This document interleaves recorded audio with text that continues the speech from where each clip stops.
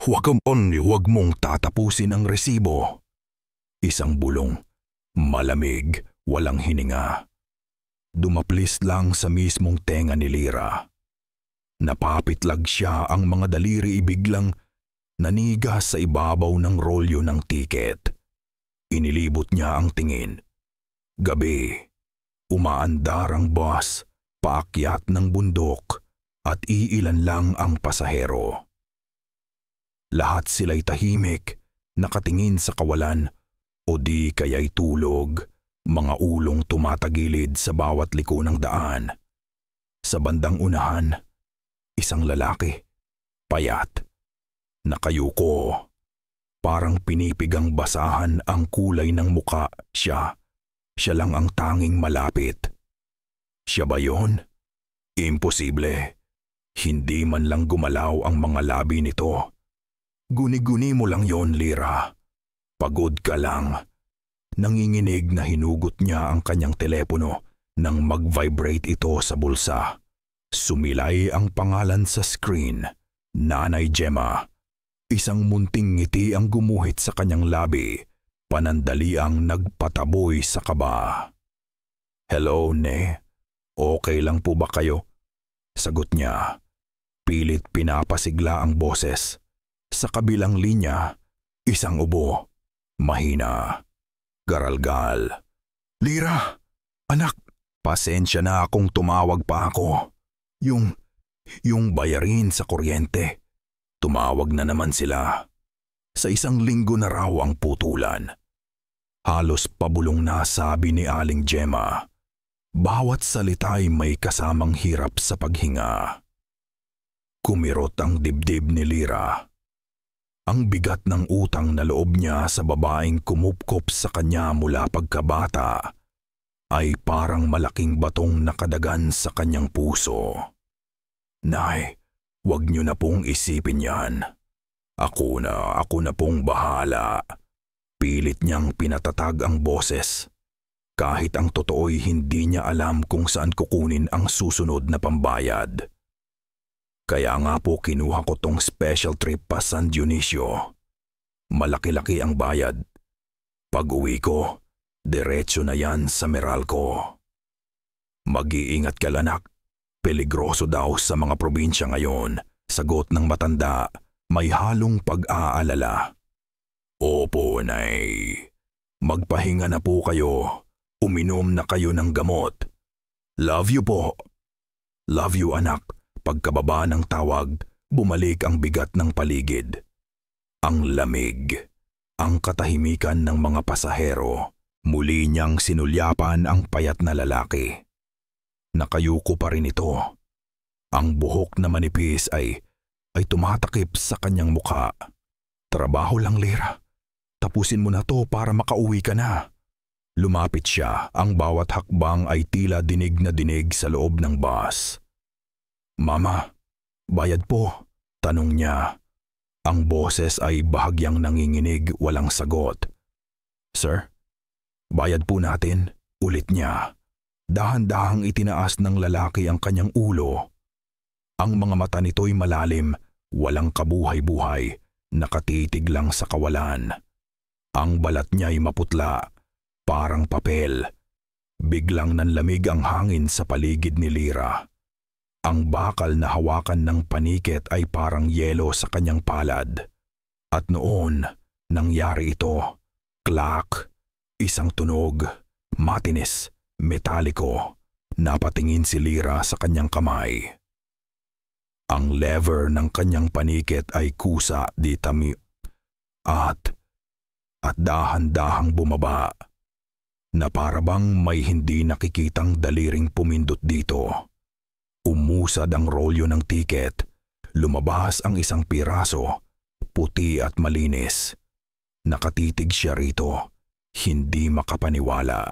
At sa ibabaw ng tiket, malinaw na nakaimprinta ang mga numero, itim na itim laban sa kaputian ng papel. 3117. Ang puso niya ay tila umakyat sa kanyang lalamunan. Itinaas niya ang kanyang nanginginig na tingin mula sa tiket pabalik sa lalaki. biglang kumurap-kurap ang lahat ng ilaw sa loob ng bus. Namatay. Sumindi. Namatay ulit. Kasabay ng kadiliman ay ang mga mahihinang sigaw ng ibang pasahero at ang paggubo ng makina ng bus. Pagkatapos ng ilang sandali, bumalik ang kuryente. Naging normal at payapa na muli ang lahat. Ngunit ang upuan sa harap ni Lyra, wala nang laman. Wala na ang lalaki. Napalunok si Lyra. Hinahanap ng kanyang mga mata ang anino nito sa pasilyo, sa mga bintana, kahit saan. Imposible. Hindi ito maaaring tumalon. Umaandar ang bus. Paano? Naiwan siyang nakatayo roon. Hawak ang tiket na may numerong 317. Ang tanging katibayan na may isang taong umupo doon. Ang tanging katibayan na hindi siya nababaliw. Okay lang ba kayo dyan sa likod? Sigaw ng trooper mula sa unahan. Ang boses nito'y kalmado, malakas. Hindi makasagot si Lyra. Ang kanyang lalamunan ay tuyong-tuyo. At sa katahimikang iyon, isang bagong tunog ang pumuno sa hangin. Ang static mula sa sirang radyo ng bus ay dahan-dahang nagkaroon ng hugis, nagkaroon ng himig. Isang lumang kanta, isang oyay. Tulog na bunso.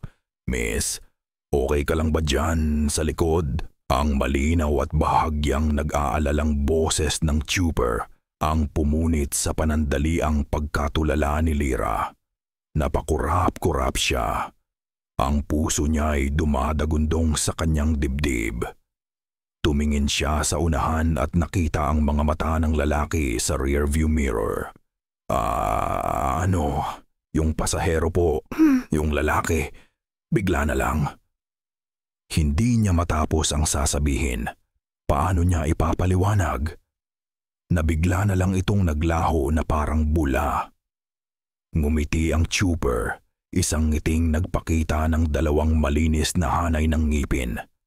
Gwapo ito. Marahil ay nasa parehong edad lang niya. Baka bumaba lang nung medyo nagmenor ako kanina sa may kurbada. Luma na rin kasi itong bus, miss. Minsan talaga, ganyan yan, kumukurap-kurap ang ilaw. Itinuro nito ang radyo.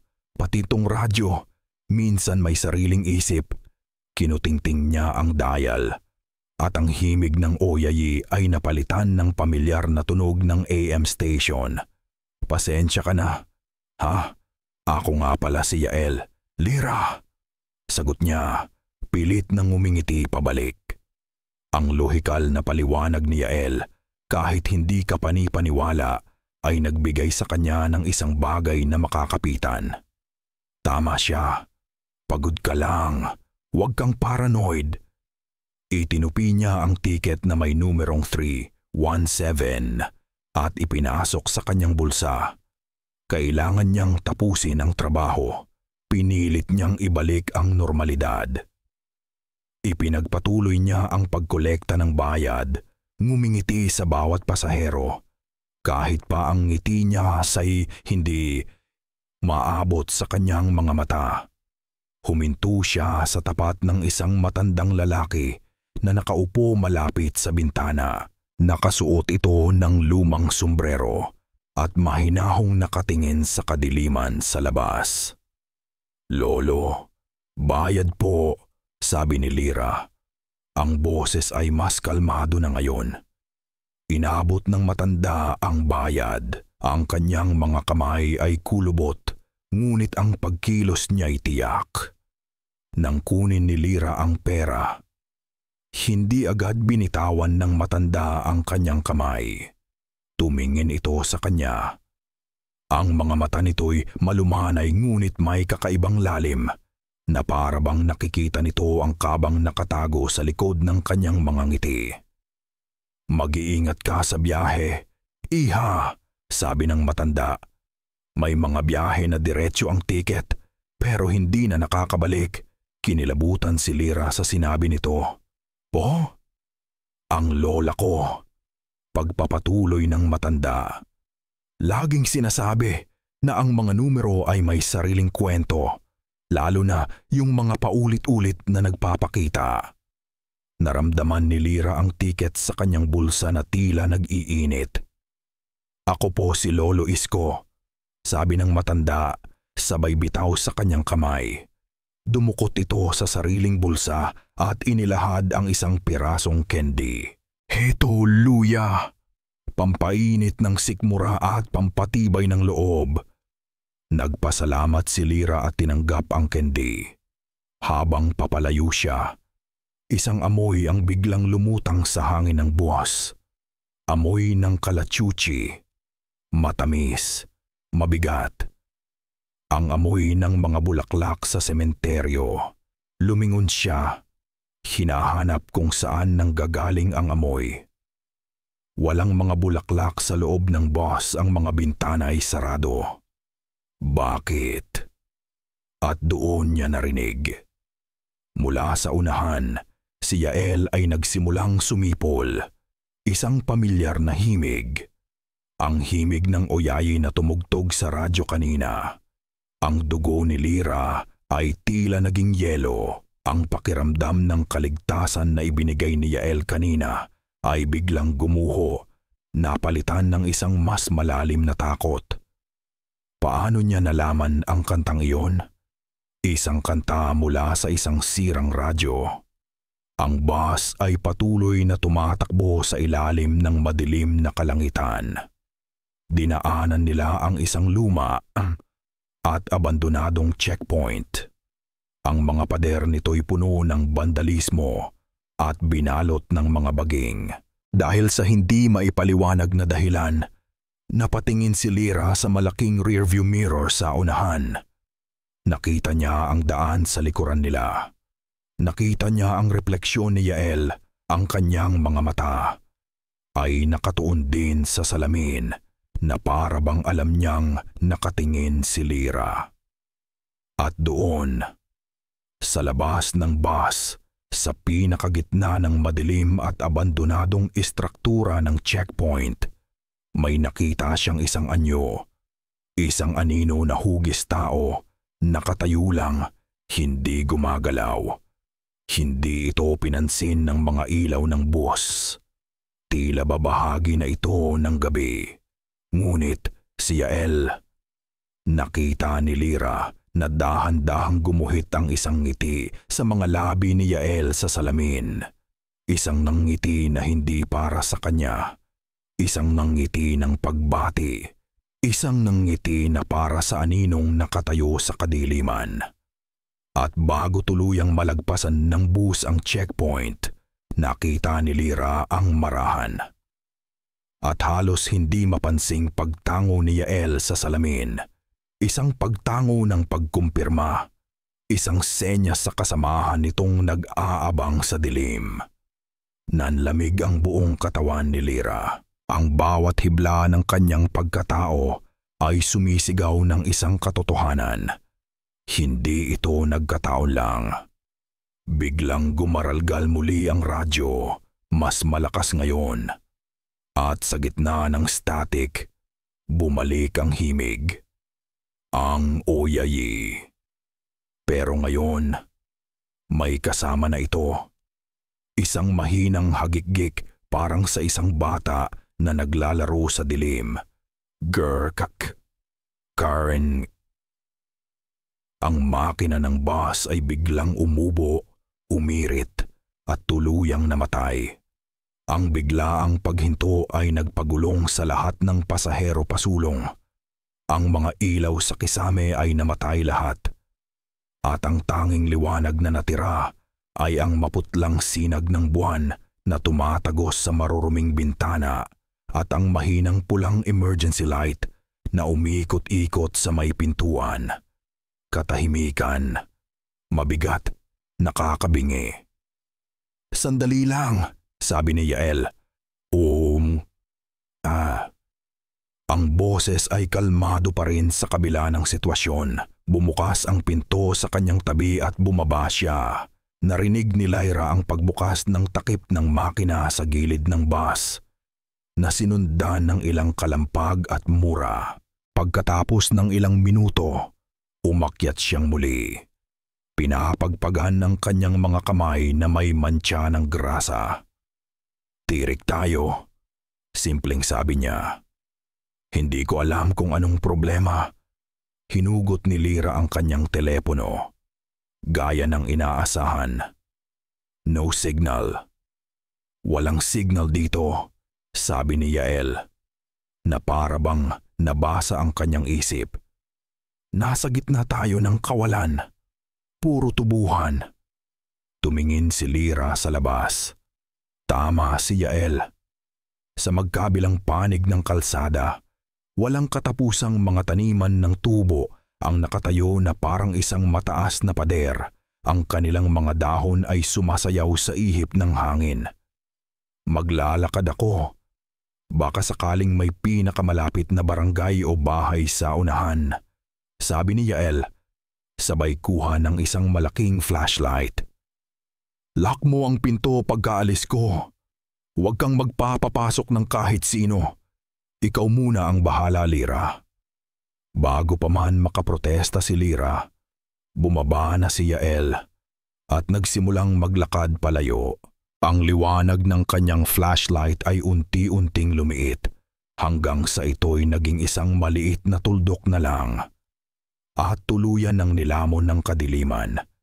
Naiwan si Lyra sa loob ng bus kasama ang mga tahimik na pasahero.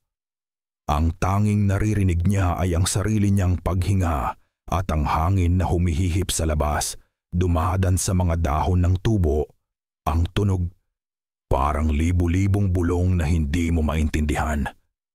Niyakap niya ang kanyang sarili, nilalamig.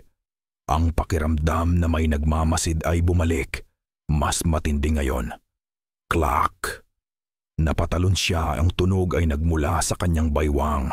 Ang paniket. Clack!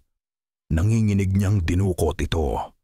Sa ilalim ng pulang ilaw, ang lever ay kusa na namang gumagalaw. Clack! Clack! Clack! Paulit-ulit. Walang tigil. Bumubuga ito ng sunod-sunod na tiket na may iisang numero. 317. Sa isang sulok, isang babaeng may edad ang mahigpit na yumakap sa kanyang bag. Nagsimula siyang magdasal. Ang kanyang mga daliri nanginginig habang pinipindot ang bawat butil ng kanyang rosaryo. "Aba, Ginoong Maria, napupuno ka ng grasya." Halos pabulong niyang sabi, paulit-ulit na parang isang mantra. Ang umiikot na pulang ilaw ay lumilikha ng mga anino sa loob ng bus.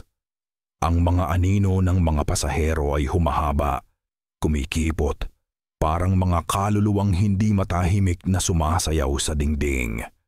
Tumingin si Lyra sa bintanang katabi niya. Sinusubukang aninagin kung may paparating na si Yael. Ang nakikita niya lang ay ang sarili niyang refleksyon. Ang mukha ay balisa. Ang hininga niya ay nag-iwan ng manipis na hamog sa salamin. At sa gitna ng hamog na iyon, biglang sumulpot. Isang muka, maputi, makinis na parang porselana, at walang mata. Nakatitig ito sa kanya mula sa labas. Ang mukha ay nakadikit mismo sa salamin ng bintana. Hindi nakasigaw si Lyra. Ang takot ay bumara sa kanyang lalamunan. Ang tanging nagawa niya ay mapaatras. Ang likod ay tumama sa bintana sa kabilang panig. Kasabay ng isang kurap, nawala ito. Ang naiwan na lang ay ang refleksyon niya sa salamin. Mag-isa. Guni-guni, guni-guni lang. Aba, Ginoong Maria, napupuno ka ng grasya. Adagdilaw hadakum tapuit. Ang Panginoong Diyos ay sumasa iyo, Ama. Ang panalangin ng babae ay biglang naputol. Napalitan ito ng isang nakakabinging sigaw. Isang sigaw na nagmula sa pinakadulong bahagi ng bus. Hindi nag-isip si Lira. Tumakbo siya. Ang makitid na pasilyo ng bus ay parang isang mahabang tunel. Ang umiikot na pulang ilaw ay nagbibigay ng pira-pirasong imahe. Isang kamay na nakabitin, isang mukhang nakatingala sa kisame, isang bukas na libro na hindi na binabasa. Narating niya ang dulo ng bus. Nakaupo pa rin doon ang babaeng nagdarasal. Ang rosaryo ay hawak pa rin niya ng mahigpit sa kanyang mga kamay na magkakakuyom. Pero ang kanyang bibig ay nakabukas sa isang tahimik na sigaw. Ang kanyang mga mata'y dilat na dilat, nakatitig sa kawalan. At ang balat niya ay puting-puti na parang papel de hapon. Ang mga ugat ay tila iginuhit lang ng isang itim na pluma. Napahawak si Lira sa kanyang bibig, pinipigilan ang sariling sigaw. Aatras na sana siya nang may marinig siyang isang mahinahon na boses sa kanyang tabi. "Huwag mo siyang tignan, iha. Si Lolo Isko." Nakaupo pa rin ito ng kalmado. Ang sombrero ay bahagyang nakatagilid. Ang kanyang mga mata ay hindi nakatingin sa babae, kundi sa sahig. Itinuro niya ito gamit ang isang nanginginig na daliri. "Doon ka tumingin." Sumunod ang mga mata ni Lira. Sa sahig nakakalat sa paligid ng babae ay ang mga tiket na ibinuga ng kanyang paniket kanina. Lahat ng mga ito ay may iisang marka. 3-1-7. Ano pong ibig sabihin nito? Nanginginig na tanong ni Lira. Ang tingin ay bumabalik-balik mula sa mga tiket patungo sa maputlang katawan. Tumingin sa kanya si Lolo Isko at sa ilalim ng pulang ilaw, nakita ni Lira ang takot sa mga mata nito. Isang takot na matagal nang kinikimkim. "Hindi sila mga tao, iha," bulong niya. Ang boses ay garalgal na parang tuyong dahon. "Mga paanyaya sila. Mga paanyaya." Ang mga salitang iyon ay umalingaw-ngaw sa isip ni Lira. Dahan-dahan, itinaas niya ang kanyang tingin. Isa-isa niyang tiningnan ang iba pang sakay ng bus. Ang lalaking nakabarong na mahimbing na natutulog kanina. Ang estudyanteng naka-headset. Ang mag-asawang magkayakap. Lahat sila'y nakaupo ng perpekto. Mga manikang isinabit sa kanilang mga upuan. Tahimik. Walang galaw, walang buhay. Ang kanilang mga balat ay may parehong kaputian ng papel. Biglang bumagsak ang temperatura sa loob ng bus. Ang lamig ay tumatagos hanggang sa buto. At ang amoy. Bumalik ang amoy ng kalachuchi. Pero ngayon ay mas matindi. Nakakasulasok. Parang amoy ng bulaklak na nabubulok sa ibabaw ng isang puntod. Sa gitna ng takot, naramdaman niya ang malamig na bigat ng paniket sa kanyang kamay. Ang pamana ng kanyang ina. Hinigpitan niya ang hawak dito na para bang isa itong anting-anting na poprotekta sa kanya mula sa bangungot na ito. Klang! Ang pinto ng bus ay bumukas. Nakatayo roon si Yael. Ang kanyang damit ay may mga mantsa pa rin ng grasa, ngunit ang kanyang mukha ay malinis at nakangiti. "Mukhang may mga sumakay habang wala ako," sabi niya. Ang nangiti hindi nawawala sa kanyang mga labi. Ang kanyang mga mata ay hindi tumitingin sa mga katawang papel sa paligid. Hindi sa babaeng sumigaw. Hindi kay Lolo Isko. Nakatitig ang mga ito ng diretso kay Lira. At sa bawat hakbang niya palapit sa pasilyo, may tumutunog na mahinang klik. Ang paniket sa nanginginig na kamay ni Lira. "Sila?" tanong ni Yael. Ang ngiti ay hindi pa rin nabubura sa kanyang mukha. habang dahan-dahan siyang humahakbang palapit. Mga pasahero, Lira, ikaw ang konduktor, di ba? Dapat kilala mo sila. Pinaghalong galit at takot ang kumulo sa loob ni Lira. Huwag kang lumapit sa akin. Sigaw niya, iwinawasiwas ang paniket na parang isang sandata. Alam ko, nakita kita kanina sa checkpoint.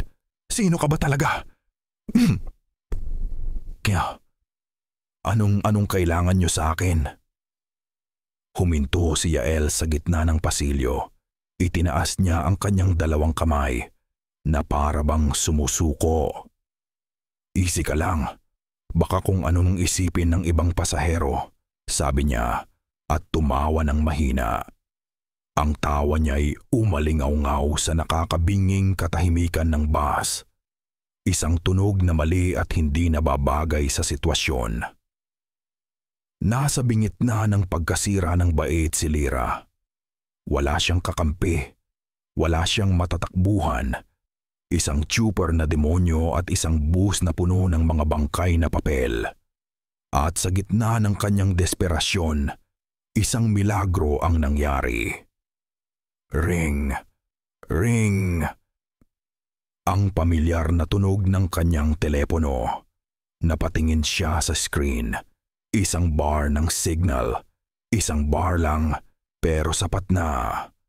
At ang pangalan sa screen, Nanay Gemma, para siyang binuhusan ng malamig na tubig. Isang daan palabas, isang koneksyon sa tunay na mundo. Hindi na mahalaga kung paano. Sinagot niya ito kaagad. Ang mga kamay ay nanginginig. Nay! Nay! Tulungan niyo po ako! Sigaw niya sa telepono. Ang mga luhay nagsisimula ng mamuo sa kanyang mga mata. May mga tao dito. Nay, kailangan ko ng tulong. Hindi ko alam kung nasaan kami. Katahimikan sa kabilang linya. Ang tanging naririnig niya ay isang mahinang static. Nay, naririnig niyo po ba ang koho? At pagkatapos, isang boses. Malamig, malayo. Walang emosyon. Lira? Opo. Nay, ako to.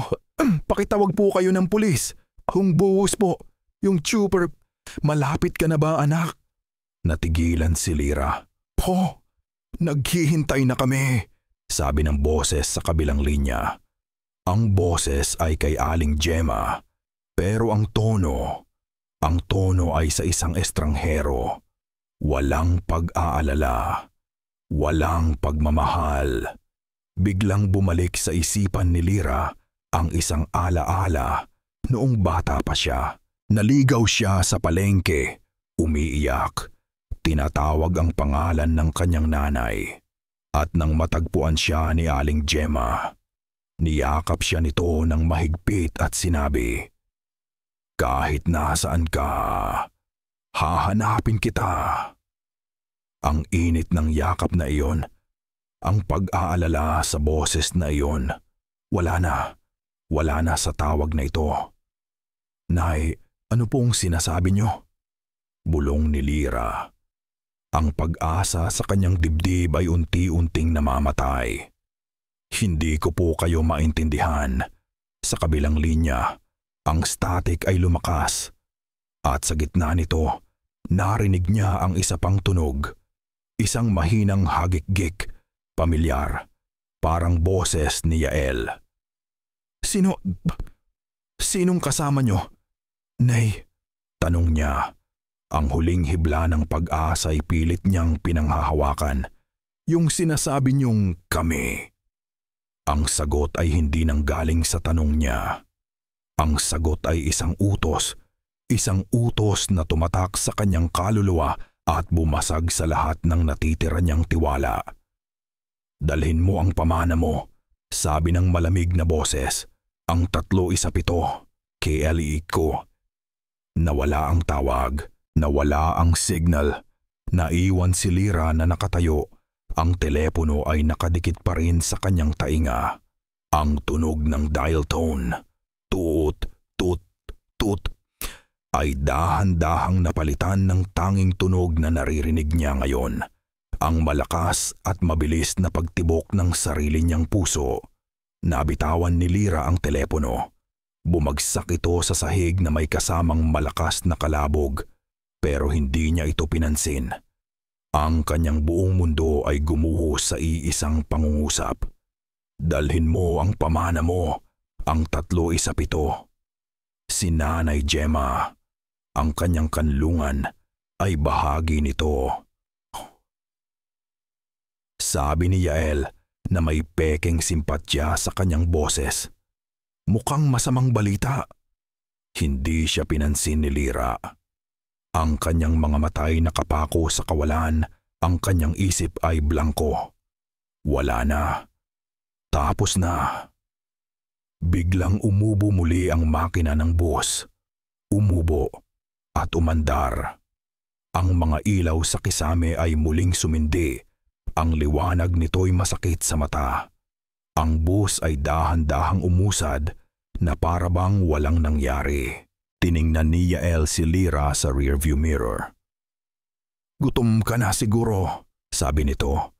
Ang boses ay kaswal, na lalong nagpadagdag sa kabaliwan ng sitwasyon.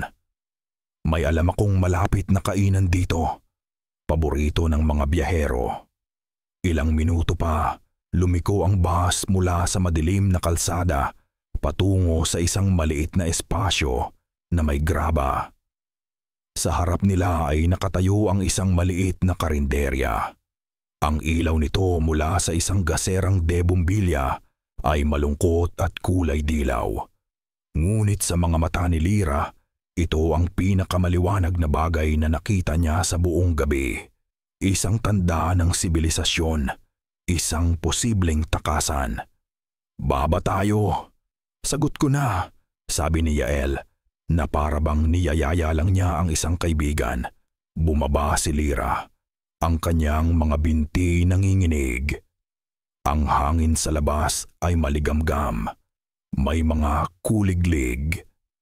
Normal ang lahat. Pumasok sila sa karinderya. Luma ito, gawa sa kahoy, na may mga mesang nababalutan ng kupas na oilcloth. Sa isang sulok, isang matandang babae ang nagpupunas ng mga baso. Ngumiti ito sa kanila. Isang mangkiting hindi umaabot sa mga mata. Kain kayo mga ihot iha, sabi nito. Umupo si Yael sa isang mesa. Sumunod si Lyra. Pinili ang upuang pinakamalapit sa pinto. Nag-iisip siya. Kung tatakbo ako, kung sisigaw ako. Adobo para sa aming dalawa, Nay, sabi ni Yael, at 2 royal. Habang naghihintay, naramdaman ni Lyra ang matinding pagkauhaw. Pagdating ng soft drinks, binuksan niya agad ito at nilagok. Ang pamilyar na tamis at lamig ng Royal True Orange ay parang isang piraso ng kanyang pagkabata. Isang piraso ng normalidad sa gitna ng bangungot na ito. Nagbigay ito sa kanya ng kaunting lakas. Sinubukan niyang makuha ang atensyon ng matandang may-ari. Tinitigan niya ito. Bahagyang umiling-iling. Sinusubukang iparating sa kanyang mga mata ang panganib na nararamdaman niya. Pero ang matanda ay abala sa paghuhugas o di kaya'y sadya siyang hindi pinapansin. Dumating ang adobo. Ang itsura nito'y tama, pero may kakaibang amoy. Amoy kalawang na bakal. Hindi tuyo at suka. Hindi ito ginalaw ni Lyra. CR lang ako, sabi niya. Dahan-dahang tumayo. Ito na ang pagkakataon niya. Ang sarya ay pa nasa likod. Baka may bintana. Baka may ibang pinto. Tumingin sa kanya si Yael. Sige lang, sabi nito, at ngumiti. Huwag kang mag-alala. Hihintayin kita. Pumasok si Lyra sa maliit at medyo madilim na banyo. May amoy ng lumot. Kinandado niya ang pinto. Tama nga siya. May maliit na bintana sa itaas ngunit nang subukan niyang abutin, napatingin siya sa salamin sa kanyang harapan.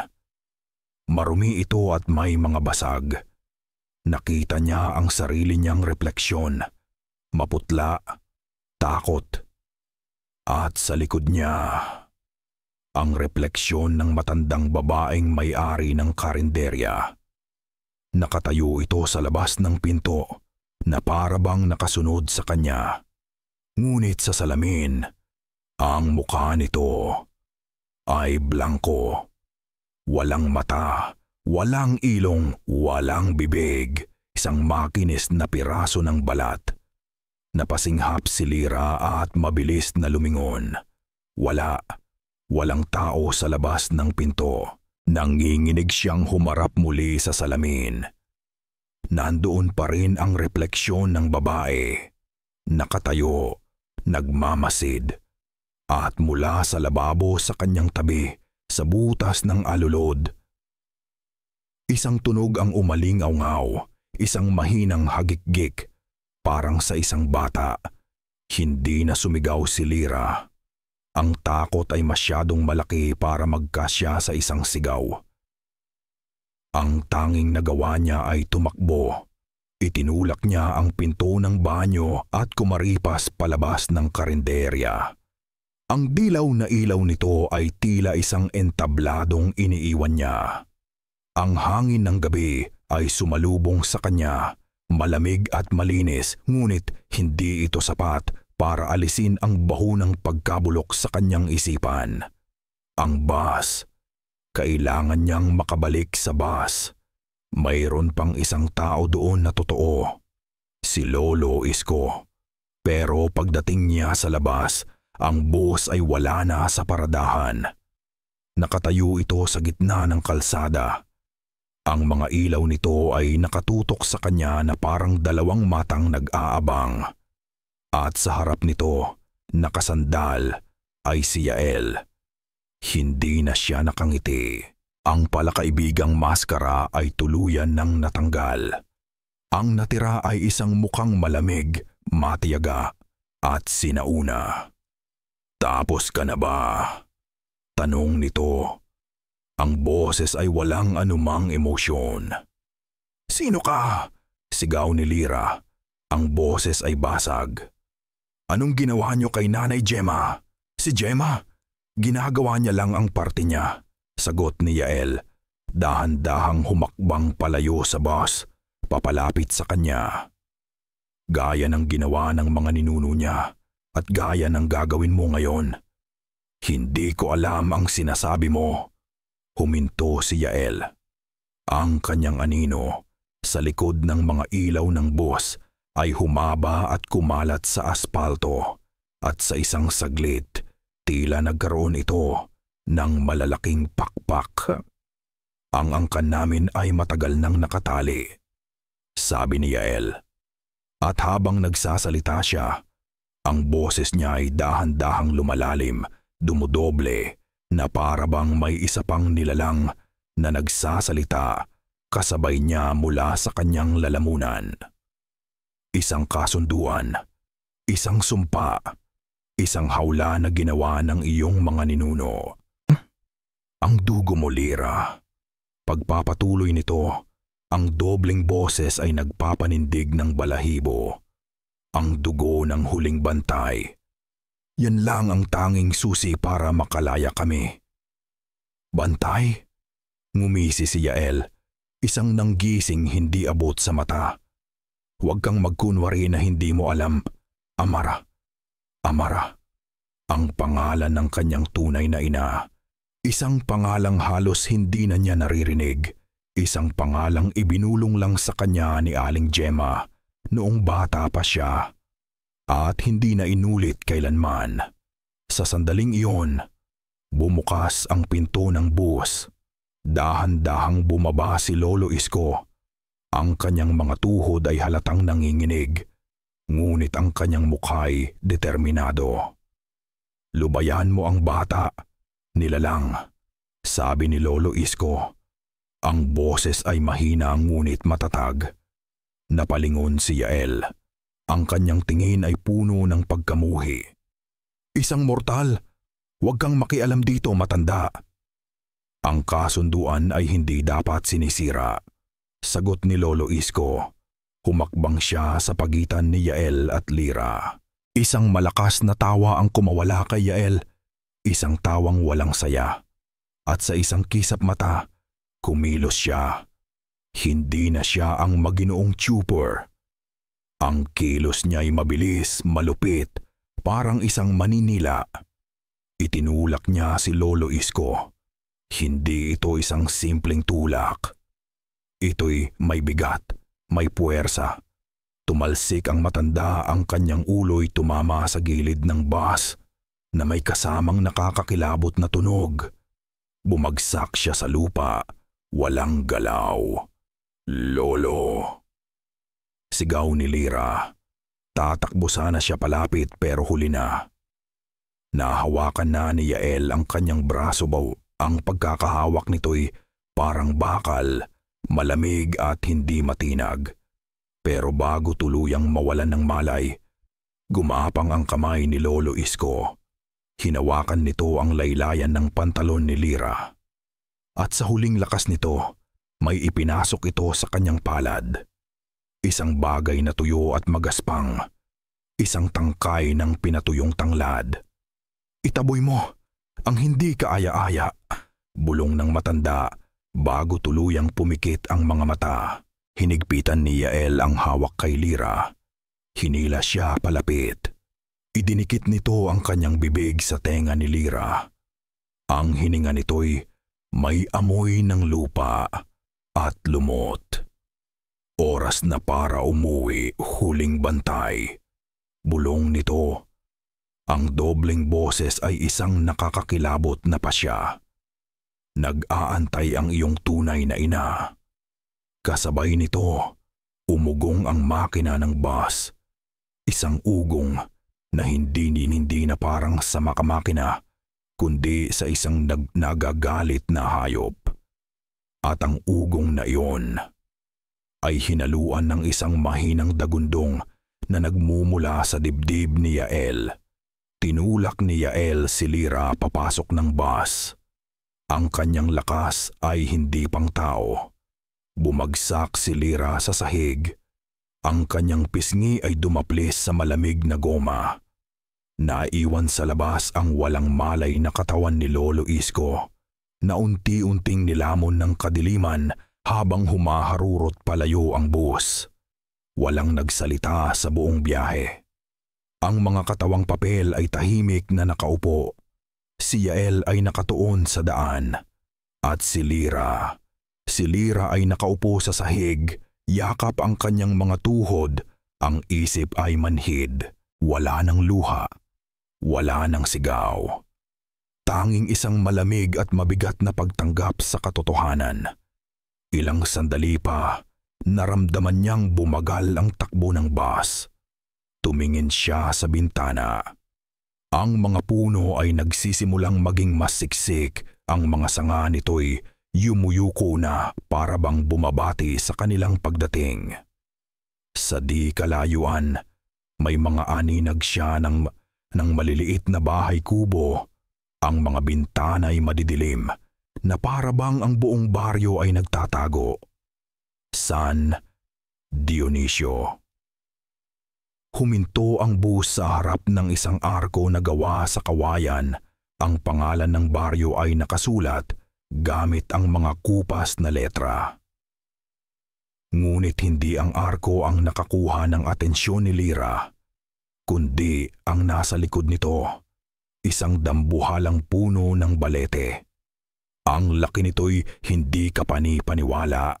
Ang mga ugat nito'y parang malalaking ahas na gumagapang sa lupa. Ang mga baging nito'y nakabitin na parang buhok ng isang matandang higante.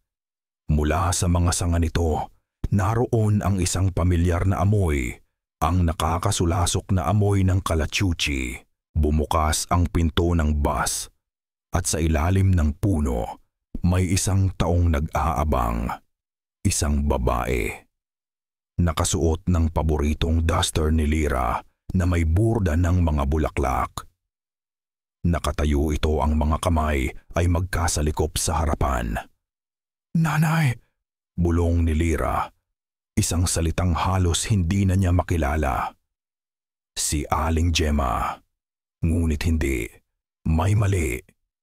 Ang paraan ng kanyang pagtayo ay masyadong tuwid. Ang ngiti sa kanyang mga labi ay masyadong malapad, hindi natural. At ang kanyang mga mata, habang papalapit ang buwas, nakita ni Lira. Ang mga mata ni Aling Gemma ay itim na itim, walang puti. Dalawang malalim na balon ng kadiliman. Bumaba si Yael at magalang na inalalayan si Lira pababa. Hinawakan ni Lira ang tangkay ng tanglad sa kanyang palad. "Gemma," sabi ni Yael, isang pagbati. "Nakahanda na ang lahat," sagot ni Aling Gemma. Ang boses niya ay ang pamilyar na boses na nag-alaga kay Lira. Ngunit ngayon, ito'y walang anumang init. Naglakad si Lira palapit. Ang bawat hakbang ay isang pakikibaka. Tumingin siya sa babaeng nagpalaki sa kanya. Hinanap niya ang anumang bahid ng pagmamahal. Anumang bakas ng nanay Gemma niya. "Bakit, Nay?" tanong ni Lyra. Ang boses ay basag. "Ang utang na loob ko sa inyo, wala po ba yung halaga?" Ang ngiti ni Aling Gemma ay lalong lumapad. "Utang na loob? Anak, ito na nga ang pagbabayad. Pinalaki kita, inalagaan, inihanda para sa araw na to. Hindi mo ba nakikita? Ito ay regalo, isang pagpapalaya. Pagpapalaya para kanino? Para sa amin," sabi ni Aling Gemma. At itinaas niya ang kanyang kamay. Itinuturo ang puno ng balete. "Ang angkan namin ay matagal nang nakakulong dito. Ikaw ang huling susi." Sa sandaling iyon, bumalik sa isipan ni Lira ang hindi mabilang na mga gabi noong bata pa siya. May sakit. At si Aling Gemma ang nagpupunas sa kanya ng maligamgam na tubig, ang nagpapatulog sa kanya sa pamamagitan ng mga kwento. Ang mga kamay na dati nag-aalaga. Ngayon ay ang mga kamay na gustong kumuha ng kanyang kaluluwa. Ang sakit ng katotohanan iyon ay mas matindi pa sa anumang pisikal na sakit. Ang mga ugat ng balete ay tila gumalaw, umusad, kumakaluskos sa lupa na parang mga ahas. "Paano, Nay? Paano niyo to nagawa?" Hindi sumagot si Aling Gemma. Sa halip, ang kanyang tingin ay napunta sa kamay ni Lira, sa paniket na mahigpit nitong hawak. "Tapusin mo ang huling resibo, anak," sabi ng babae. Ang itim na mga mata nito'y nakatitig sa kanya. "I-punch mo ang pangalan ko. Palayain mo ako." Ang mga salita ni Aling Gemma ay umaling-aungaw sa isipan ni Lira. Mas masakit pa sa anumang suntok. "I-punch mo ang pangalan ko. Palayain mo ako." Ang pamilyar na tinig ay ngayon naging instrumento ng isang demonyo. Tumingin si Lira sa kanyang kamay. Sa paniket. Ang bakal na ito, na dati simbolo ng kanyang trabaho at pag-asa para sa kanyang pamilya, ngayon ay naging isang kasangkapan ng kanyang pagkasira. Kung gagawin niya ang sinasabi ni Aling Gemma, kung ipapalo niya ang pangalan nito, ibig sabihin ay tinatanggap niya ang pamana. Asong damama ay tanasamta ang sumpa. Palalayain niya ang mga nilalang na ito at siya naman ang papalit. Magiging bahagi ng kasunduan na ginawa ng kanyang mga ninuno. Ang hangin sa paligid ay nagbago. Narinig niya ang mahihinang bulong mula sa puno ng balete, na parabang libu-libong tinig ang nagpupumilit na makalabas. Nakita niya ang mga anino na sumasayaw sa mga sanga. Ang mga mukhang hindi maintindihan na nakatitig sa kanya. Hinihintay ang kanyang desisyon. Biglang bumalik sa isipan niya ang mukha ni Lolo Isko. Ang kanyang boses, mahina ngunit determinado. Itaboy mo ang hindi kaaya-aya. Ang tanglad na ibinigay nito, mahigpit pa rin niyang hawak sa kanyang kabilang kamay. Hindi ito sandata, pero isa itong paalala ng kanyang katutubong kaalaman ng mga lumang paraan. At pagkatapos, isang imahe, malabo, isang babae na may kapareho niyang mga mata. Ang kanyang tunay na ina, si Amara. Nakatayo ito sa kanyang panaginip, hawak ang isang libro at binabasa ang mga lumang kasabihan. Ang tunay na bantay ay hindi pumapatay, kundi nagtatakda ng hangganan. Ang tunay na lakas ay hindi sa paglaban, kundi sa pagtanggi na maging bahagi ng kasunduan ng dilim. Napakurap si Lyra. Ang lahat ay luminaw. Ang 317 ay hindi lang isang numero. Ito ay isang warning, isang paglabag. Ang kasunduan ay nasa bingit ng pagkasira dahil sa isang serye ng mga butas na gawa ng mga naunang bantay na naging mahina. Ngayon, gusto ng aswang na tapusin niya ang butas na iyon para maging ganap ang kanilang paglaya. Pero paano kung hindi niya tatapusin ang resibo? Paano kung tanggihan niya ang pamana na gustong ipasa sa kanya ni Aling Gemma? Tumingin si Lyra kay Aling Gemma. Ang itim na mga mata ng matanda ay kumislap sa ilaw ng buwan. Ang ngiti nito'y puno ng pag-asa. Ngunit sa likod ng ngiting iyon, nakita ni Lyra ang isang nilalang na desperado. Isang nilalang na matagal nang naghihintay ng kalayaan. Masakit. Ang puso ni Lyra ay tila dinudurog. Ito ang babaeng nagpalaki sa kanya. Ang babaeng mahal niya. Ang babaeng nagturo sa kanya kung ano ang utang na loob. Ngunit ang utang na loob na ito ay isang sumpa. Naramdaman niya ang init ng mga luha na dumadaloy sa kanyang pisngi. Hindi ito utang na loob, Knight.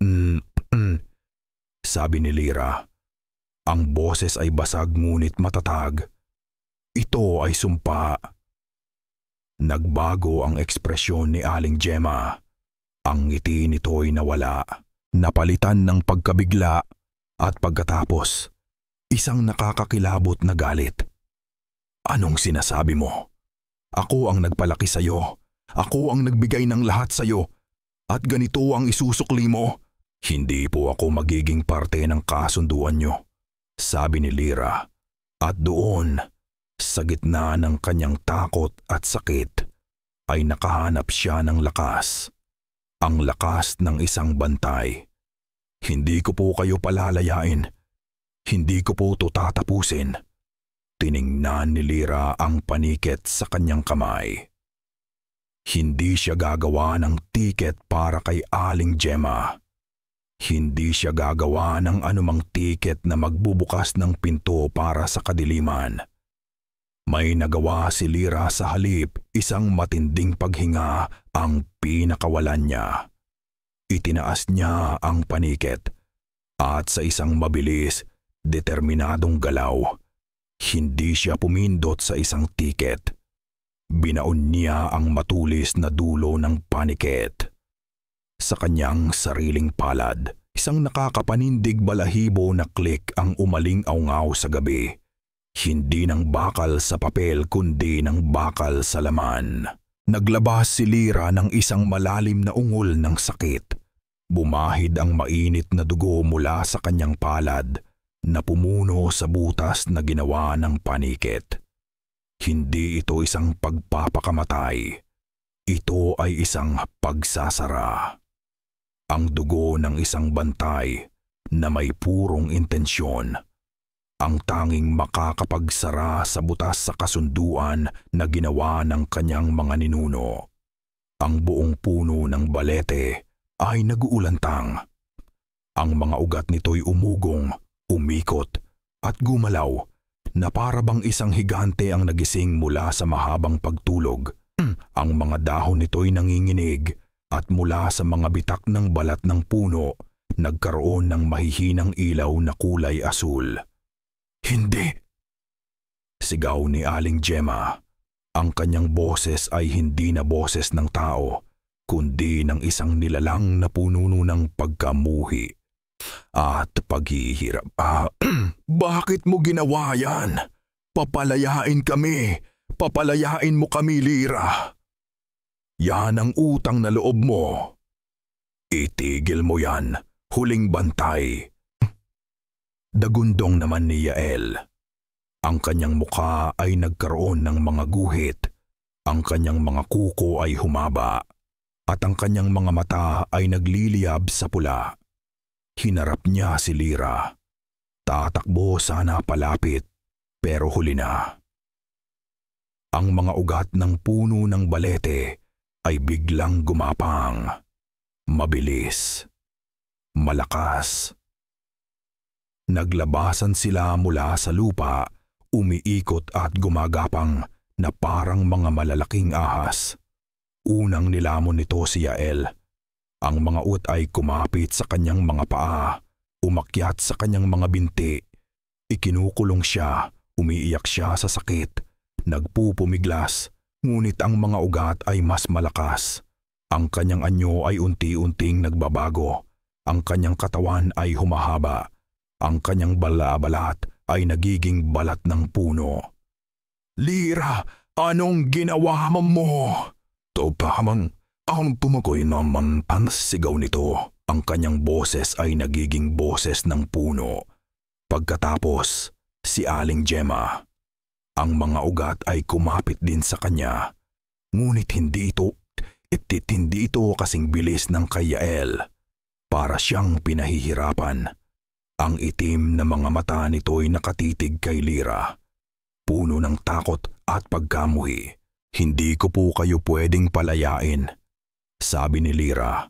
Ang boses ay mahina, puno ng sakit at pighati, ngunit matatag. "Hindi ko po pwedeng ipasa ang sumpa sa iba." Hinugot niya ang natitirang lakas. Tiningnan niya si Aling Gemma. At sinabi niya ang pangalan. Ang tunay na pangalan ng angkan na nakatali sa puno ng balete. Ang pangalan na ibinulong sa kanya ng kanyang tunay na ina sa panaginip. Ang pangalan na dapat laging itago ng mga bantay. "Kayo ay mga dugong baletid," sabi ni Lyra. Ang kanyang boses ay umaling-aungaw sa gabi. "At kayo ay mananatiling nakatali sa kasunduan. Ako bilang huling bantay ay nagsasara ng pintuan kasabay ng bawat salita. Mas humigpit ang kapit ng mga ugat." Unti-unting nilamon si Aling Gemma. Nagpupumiglas siya, umiiyak, ngunit ang balete ay mas malakas. Sa sa isang iglap, habang unti-unti siyang nawawala sa mga ugat, ang mga itim na mata ni Aling Gemma ay biglang bumalik sa normal. Isang huling kisap mata ng kanyang dating anyo, ng Nanay Gemma na nag-alaga sa kanya. "Patawad," bulong nito, isang napakahinang tinig, puno ng tunay na pagsisisi. At pagkatapos, tuluyan na siyang nilamon ng puno. Ang balete ay biglang tumahimik. Ang mga ugat ay huminto sa paggalaw. Ang mga ilaw ay namatay. Maging ang amoy ng kalachuchi ay nawala. Ang buong kapaligiran ay bumalik sa dating anyo. Isang tahimik na gabi. Isang normal na puno ng balete. Isang walang laman na kalsada. Naiwan si Lyra na nakatayo. Mag-isa ang kanyang palad ay basa ng dugo. Ang paniket ay malamig sa kanyang kamay. Tahimik na ngayon. Ang bus nawala. Ang mga katawang papel wala na. Ang lahat ng bangungot ay tila isang masamang panaginip lang. Pero ang sakit sa kanyang palad, at ang sakit sa kanyang puso ay totoo.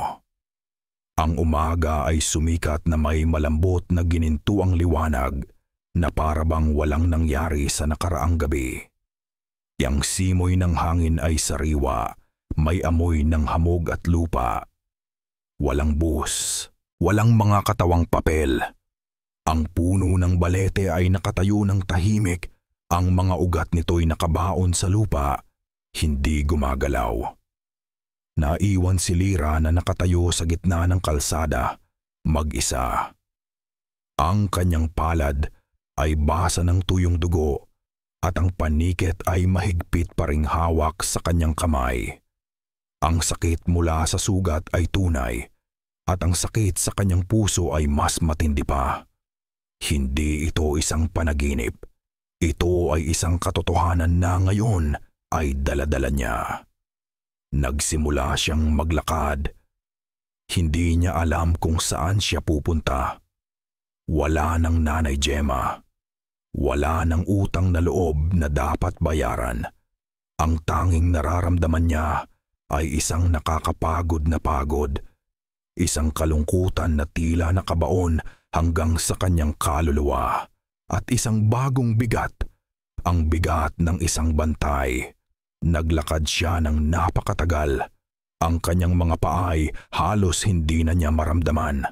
Lumipas ang mga oras. Ang sikat ng araw ay tumaas at ang mga tunog ng buhay ay nagsimulang bumalik. Mga huni ng ibon, ingay ng mga insekto at sa di kalayuan, narinig niya ang isang pamilyar na tunog. Tiyug, tiyug, tiyug. Ang tunog ng isang jeepney. Para siyang nakakita ng oasis sa gitna ng disyerto. Tumakbo siya hanggat kaya niya hanggang sa maaninag niya ang lumang sasakyan puno ng mga pasahero na papalapit sa kurbada. Kinawayan niya ito. Huminto ang jeepney. Ang usok mula sa tambutso ay pumuno sa hangin. Sumakay si Lira. Ang loob ng jeepney ay siksikan, puno ng iba't ibang tao. Mga magsasaka, mga estudyante, mga nanay na may dalang bayong. Normal ang lahat. Ang kanilang mga mukha ay puno ng pagod, ng buhay, ng pag-asa. Ay umupo si Lira sa isang bakanteng pwesto, malapit sa likod. Ang konduktor ay lumapit sa kanya. Isang lalaking payat na may ngiting aso. "Saan nang punta, ate?" tanong nito. "Bayan po," mahina niyang sagot. Inabot niya ang bayad. Ang kanyang kamay ay nanginginig pa rin. Tiningnan ng konduktor ang kamay niya, partikular sa sugat sa kanyang palad. "Ay, anong nangyari dyan, ate?" Mabilis na ibinalik ni Lira ang kamay sa kanyang hita. "Wala. Nabingwit lang," pilit niyang ngumiti. "Ingat po kayo, ate," sabi ng konduktor. At iniabot ang tiket. Napatingin si Lira sa tiket. Isang ordinaryong tiket. May karaniwang numero. Walang 317. Huminga siya ng malalim.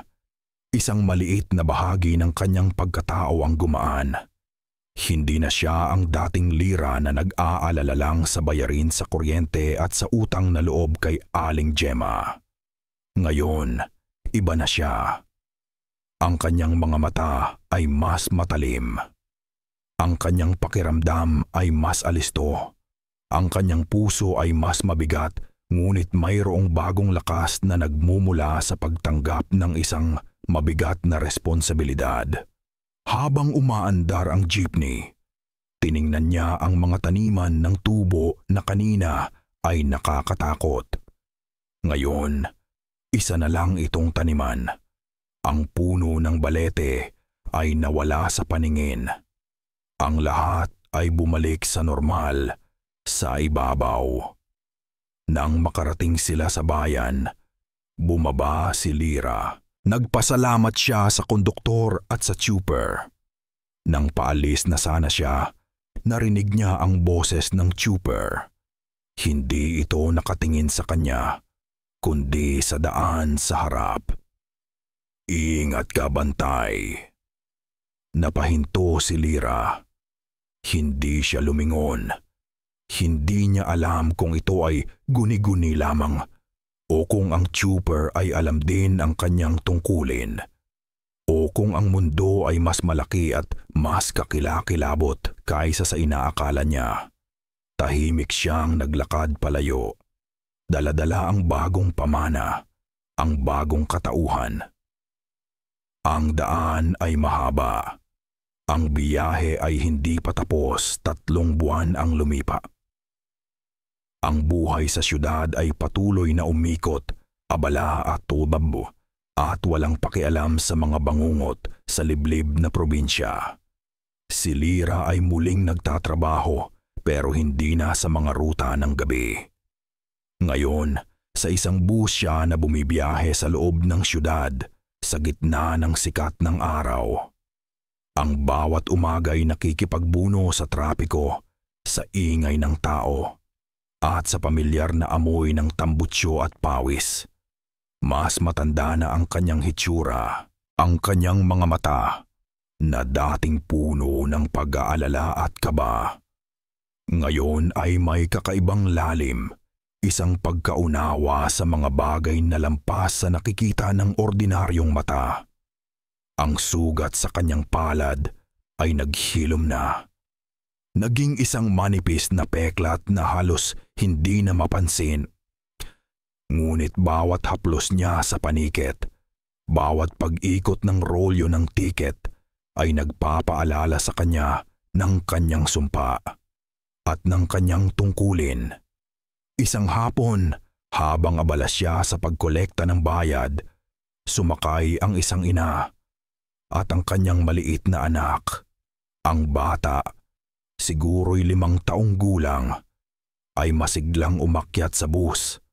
Hawak ang paborito nitong laruan, isang maliit na aso-aso na yari sa tela. Habang naghahanap ng upuan ang ina, biglang nadulas sa kamay ng bata ang laruan. Bumagsak ito sa sahig, gumulong papunta sa mga paa ni Lira. Pinulot ito ni Lira. Ang malambot na tela ng laruan ay nakapagpaalala sa kanya ng isang bagay na matagal na niyang kinalimutan. Ang simpleng kasiyahan ng pagkabata. Ngumiti siya sa bata, isang tunay na ngiti, ngunit may bahid ng kalungkutan.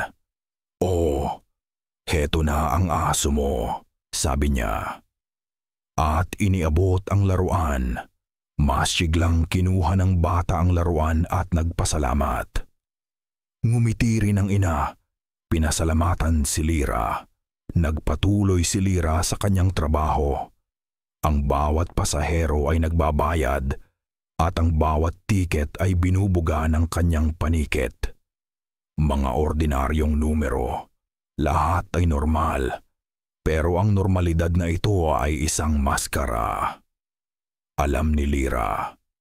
Nang makumpleto na niya ang lahat ng bayarin at umandar na ang bus patungo sa susunod na kanto, tiningnan ni Lira ang huling tiket na ibinuga ng kanyang paniket.